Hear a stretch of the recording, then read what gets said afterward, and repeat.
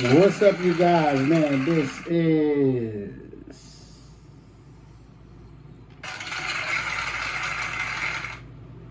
Grab a Beer Podcast, man. Appreciate all the love and support. I want to thank y'all for being here. This is presented by Portal Prospect Productions.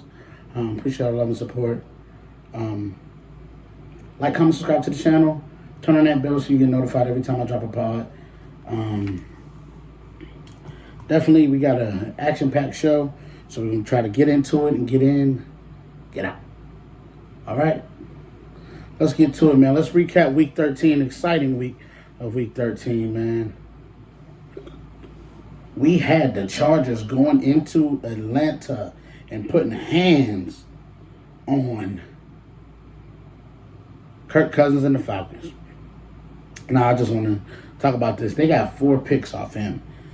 The division lead that the Falcons built up went right down the toilet, flushed. I don't know what's going on with Kirk Cousins. He's literally diving off a cliff. Is it Michael Penix time? I don't know. They got a huge game on Sunday against Minnesota at Minnesota. This is his return game back to Minnesota. I expect him to try to put on a show. I don't know if they beat Minnesota, though. You know, and Tampa's schedule is really cupcake down the stretch. So to me, it's looking like Tampa's probably going to win that division. Well, I'm going to say that the Falcons lost the division because they shouldn't have been back in. Like, you beat them twice. They losing guys on their squad. Y'all should be able to eke out a couple of victories, get y'all to 8 wins. You know, down the stretch. This should not be a struggle in this division. But it is. The division has been brought back to the field. You need to extend your stretch. You need to extend your reach. And you didn't. You didn't, man.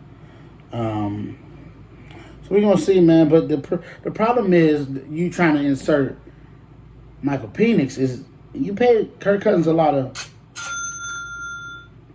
bread. Paid him a lot of cash money. And that's an issue. And so when you got that going on, man, it's going to be hard to do that. But let's move on. All right, then we had the Steelers beating the Cincinnati Bengals 44-38. Highest point total of the year in a game between two teams. But also, Russell Wilson threw for 414, 3 touchdowns. Russell Wilson looked on point. He was balling all game. Every answer, every question that they had at the line of scrimmage with the Bengals defense, he answered them. He kept on, nope, we going into this play. Nope, we don't go into that play. He kept checking in and out of plays, which to me showed that leadership, that veteran leader that we were hoping for and that we're getting right now. So look out for the Steelers. Bengals, we're going to go ahead and, it's over for you guys as far as the playoffs, man. The defense is too off. I don't expect the defense to do too much. And I don't know, man. I think, I ain't gonna lie, man. I think time is up. Time is up, man. So, then we move on to the Cardinals narrowly losing to the Vikings, 23-22. Sam Darnold went down, took him on a game-winning drive. Sam Darnold was efficient. They weren't necessarily the best at all, but Sam Darnold was efficient in the drives that he had. I thought they were very. I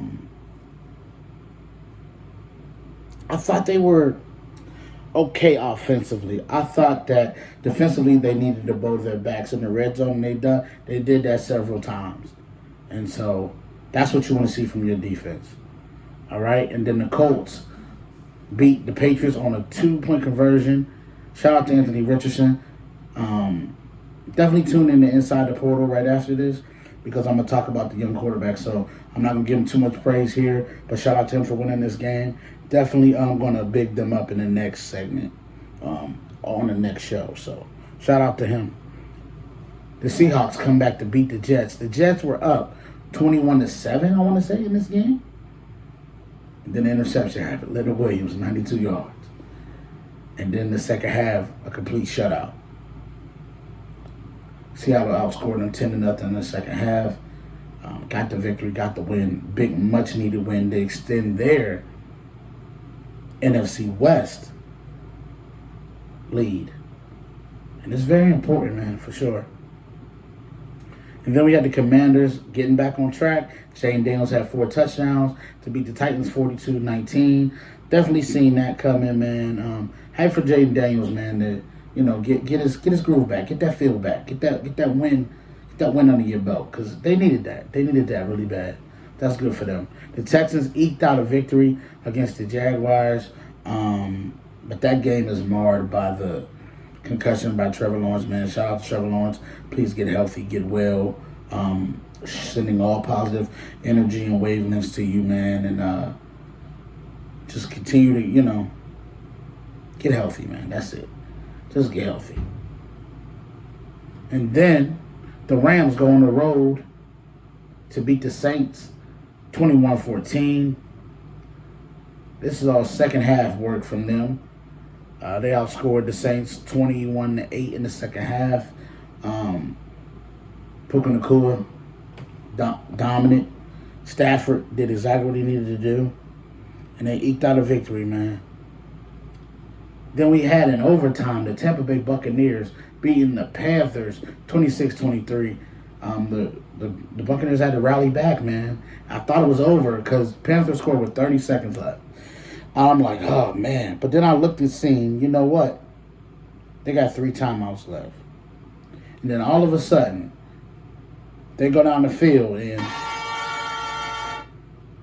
doing exactly what they're supposed to do. Ta-da.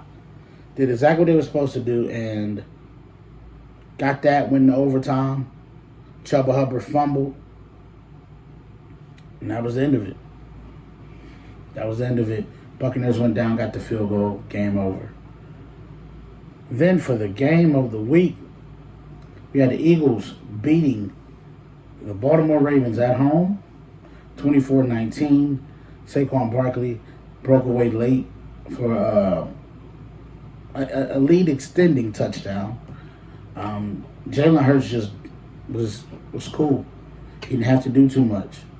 Did not. And I'm fine with that because at the end of the day, I think Jalen Hurts is a really great player. I think he gets slept on a lot. But that's okay. If you're sleeping, wake up.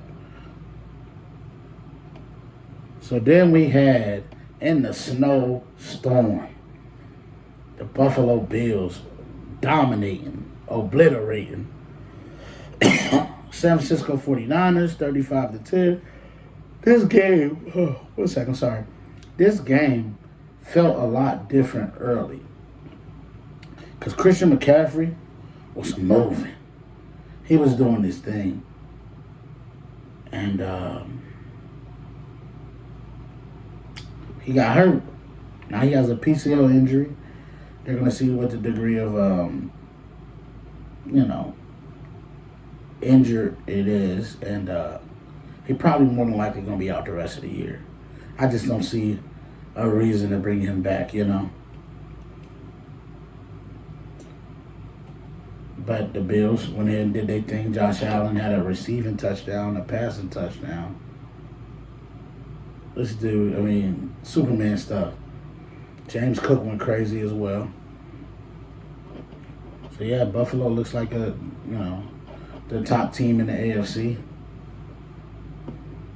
And then we got the Broncos eking out a victory against the Browns, 41-32. Was a crazy game. The problem is Jameis Winston he had a they were going down to go score, and then he threw 2 pick sixes. Then they were going down just to try to get an onside kick, and then another interception. He has to get healed from this, he said. Pray for him. That's what the brother said. Pray for me. So, Hopefully James can fix that because he had an amazing game. Him and Jared Judy. Bo Nix did what he needed to do to win the game. I thought the run game coming alive in the second half was the difference, though. And it definitely proved to be the difference. Okay. Alrighty. So let's slide over to this MVP ladder, man. Let's get to it. Alrighty. So for the MVP ladder this week, at number 4, we got Jalen Hurts, man. Shout out to Jalen Hurts. All right. Then, at number 3, we got Lamar Jackson. At number 2, and this is tough because this is not 2. For real, it's really 1A, 1B. You can have them however you want them, but this is how I got it. At number 2, Josh Allen. At number 1, we got Saquon Barkley. Saquon Barkley, man, is to me the MVP because of where this team was last year and how they look this year. I'm giving credit to the defense. I'm giving credit to Kellen Moore. I'm giving credit to Jalen Hurts not turning the ball over as much. I'm giving credit to all parties involved. But also I want to let y'all know the difference between this year and last year. The difference between this year and last year is Vic Fangio and that boy Saquon. Saquon Barkley, to me, is the game breaker. He breaks the game open. You need a play. You need somebody to go make a play. You need somebody to go and step on the opponent's soul. There's your guy right there.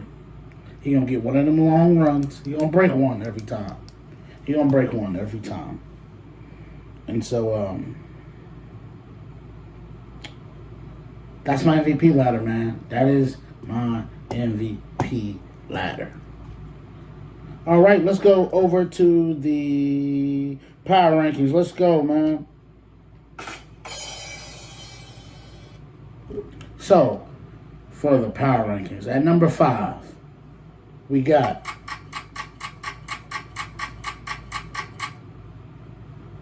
Pittsburgh Steelers, man. Shout out to Pittsburgh Steelers. At number 4,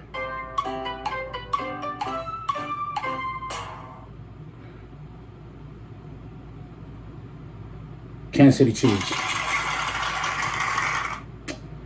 Number 3, we got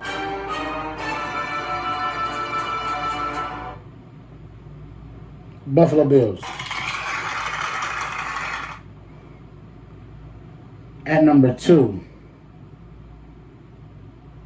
we got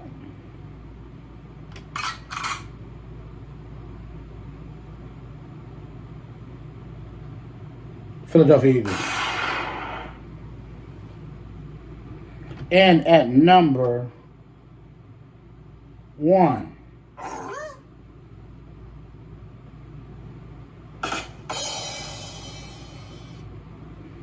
Detroit Lions, man. Detroit, to me, has been the most consistent team all year. They've been the most consistent team all year. The point of margin of victory, the way they've been playing defense has been really good. I think the only issue I'm having with Detroit is their injuries are starting to pile up. The injury is starting to pile up. And I think that could come back and bite them later on. But as of now, it hasn't. And so we're going to roll with that because it has not. And so I'm going to pick Detroit to win it, man. Listen, that's the power rankings. MVP ladder, recap of week 13. Stay tuned. Check me out on Sunday. You already know we got the hot picks, all that going through, coming up. We getting down to the nitty-gritty in the MVP race. We get a little bit more separation between that and the field. And listen, I appreciate all y'all love, all your support. I want to thank y'all for joining me today. Thank you. This is Grab a Beer Podcast presented by Portal Prospect Productions. And I will see y'all another day. All right. Peace.